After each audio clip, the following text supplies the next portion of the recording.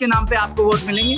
बिल्कुल मिलेंगे। विकास अपने आप में बोल रहा है और बहुत सकारात्मक वातावरण है। विकास के साथ मुख्यमंत्री महोदय ने जो योजनाएं दी और सिर चढ़ करके बोल रही है। ये सर क्या है साथ में? महिलाओं के ऊपर बहुत बड़ा असर इसका, कि उनको 10,000 रुपये हर वर्ष उनके खाते में राजस्थान सरकार जो है वो जमा कराएगी। जो आपके प्रतिद्वंदी हैं कई तरह की बयानबाजी भी कर रहे हैं, उसको लेकर आप मैं किसी के बयानबाजी पे ध्यान ही नहीं दे रहा हूँ। मेरा ध्यान सिर्फ अच्छा, जिस तरह से आप गाँव में जा रहे हैं, चाहे युवाओं के साथ युवा बन जाते हैं, बुजुर्गों के साथ बुजुर्ग बन जाते हैं और बच्चे भी आपको खूब पसंद कर रहे हैं, तो इसका क्या कारण है? बच्चे खूब आते हैं, नन्हे मुन्ने बालक। मैं उनसे पूछता हूँ मैं कौन हूँ, तो तुतलाती आवाज में जालावाद साहब हो। क्या विजन है चित्तौड़गढ़ को लेकर? चंबल का पानी की स्वीकृति हो गई है। मैं घर घर चंबल का पानी पहुंचाऊंगा। मेडिकल प्रताप न्यूज और मैं रमेश टेलर आपका स्वागत करता हूं। इस वक्त खड़े हैं हम चित्तौड़गढ़ विधानसभा क्षेत्र में, जहां पर कांग्रेस के प्रत्याशी कद्दावर नेता सुरेंद्र सिंह जाड़ावत हमारे साथ मौजूद है। सर, आपसे जानना चाहेंगे, 4 करोड़ के आपने विकास कराए हैं और चंबल के पानी के विकास को इन्हें तो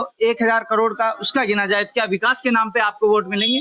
बिल्कुल मिलेंगे। विकास अपने आप में बोल रहा है और बहुत सकारात्मक वातावरण है। विकास के साथ मुख्यमंत्री महोदय ने जो योजनाएं दी वो सिर चढ़ करके बोल रही है। आम आदमी इस बात से खुश है कि किसी सरकार ने हमारे जीवन के बारे में और हमारे दैनिक दैनिक जो हमारी दिनचर्या उसके बारे में सोचा है, और हमें इस महंगाई के युग के अंदर उन्होंने राहत दी है। जिस तरह से 7 गारंटी की बात की जा रही है, सर क्या है 7 गारंटी? महिलाओं के ऊपर बहुत बड़ा असर इसका, कि उनको 10,000 रुपये हर वर्ष उनके खाते में राजस्थान सरकार जो है वो जमा कराएगी, और उन्हें एक सशक्तिकरण के रूप में देखा जा रहा है।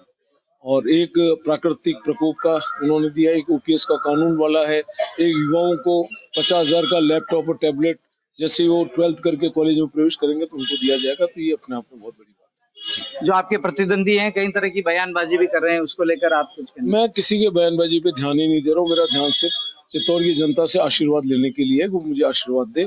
मैं किसी की बयानबाजी पे मेरी कोई टिप्पणी नहीं। अच्छा, जिस तरह से आप गाँव में जा रहे हैं, चाहे युवाओं के साथ युवा बन जाते हैं, बुजुर्गों के साथ बुजुर्ग बन जाते हैं और बच्चे भी आपको खूब पसंद कर रहे हैं, तो इसका क्या कारण सर? बच्चे खूब आते हैं, नन्हे मुन्ने बालक। मैं उनसे पूछता हूँ मैं कौन हूँ, तो तुतलाती आवाज में जालावाद साहब हो।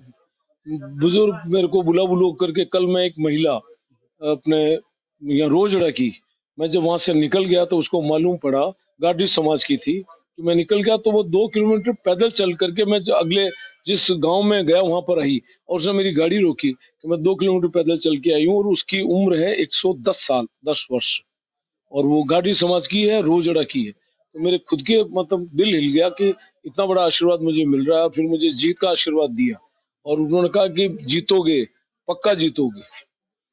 सर, आपकी सरकार अगर बन जाती है, वैसे तो विकास कार्य आपने खूब कराए हैं, लेकिन और क्या आपके दिमाग में है, क्या विजन है चित्तौड़गढ़ को लेकर? चंबल का पानी की स्वीकृति हो गई है। मैं घर घर चंबल का पानी पहुंचाऊंगा। मेडिकल कॉलेज को अपग्रेड कराएंगे। यहाँ कैंसर, हार्ट, किडनी, इन सब की जो गंभीर बीमारी उनका इलाज यहाँ पर होगा। इसी मेडिकल कॉलेज का जो प्रीमाइसेस हॉस्पिटल बन रहा है, वहाँ सैटेलाइट हॉस्पिटल को मजबूत करेंगे।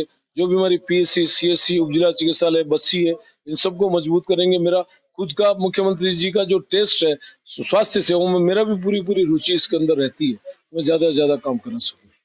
एक मौजूदा विधायक और निर्दलीय उम्मीदवार के रूप में खड़े हैं प्रत्याशी, क्या वह भी कुछ प्रभाव डालेंगे चुनाव में? देखिए, निर्दलीय को जनता वैसे भी कोई पसंद नहीं करती। बिना दल को कौन बताइए वोट देगा?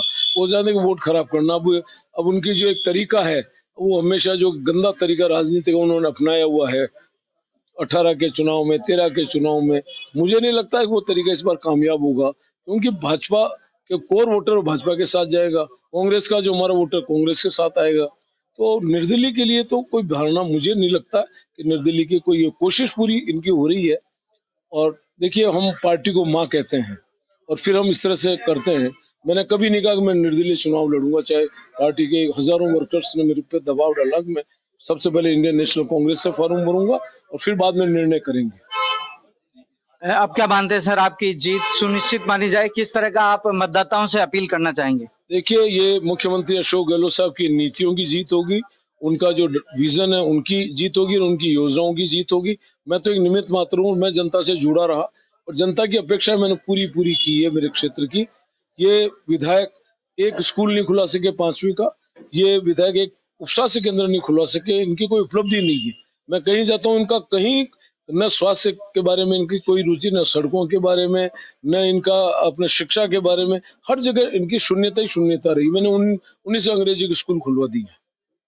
तो ये थे हमारे साथ कांग्रेस के प्रत्याशी कद्दावर नेता सुरेंद्र सिंह जाड़ावत। आज हम उनके आवास पर पहुंचे हैं। आप मेरे ठीक पीछे देख सकते हैं किस तरह की यहाँ बड़ी संख्या कार्यकर्ताओं की सुबह सुबह ही उनके आवास पर पहुंची है और लोग उनसे मिलने के लिए यहाँ आए हैं। हम आपको दिखाना चाहेंगे कि क्या माहौल यहाँ नजर आ रहा है। देखिए, उनके आवास के बाहर ये एक बड़ी संख्या कार्यकर्ताओं की यहाँ देखने को मिल रही है। जिस तरह से एक उत्साह है, माहौल है।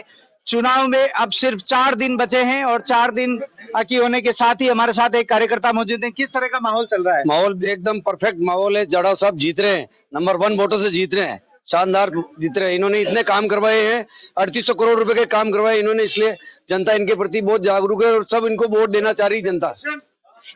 तो ये आपने देखा कि कांग्रेस प्रत्याशी सुरेंद्र सिंह जाड़ावत के आवास पर सुबह सुबह ही बड़ा माहौल है। अब ये गांव की ओर निकले हैं। आगे के हालचाल चुनाव में क्या चल रहे हैं, किस तरह की स्थितियां बनी रहेगी, हम आपको दिखाते रहेंगे। देखते रहिए प्रताप न्यूज़।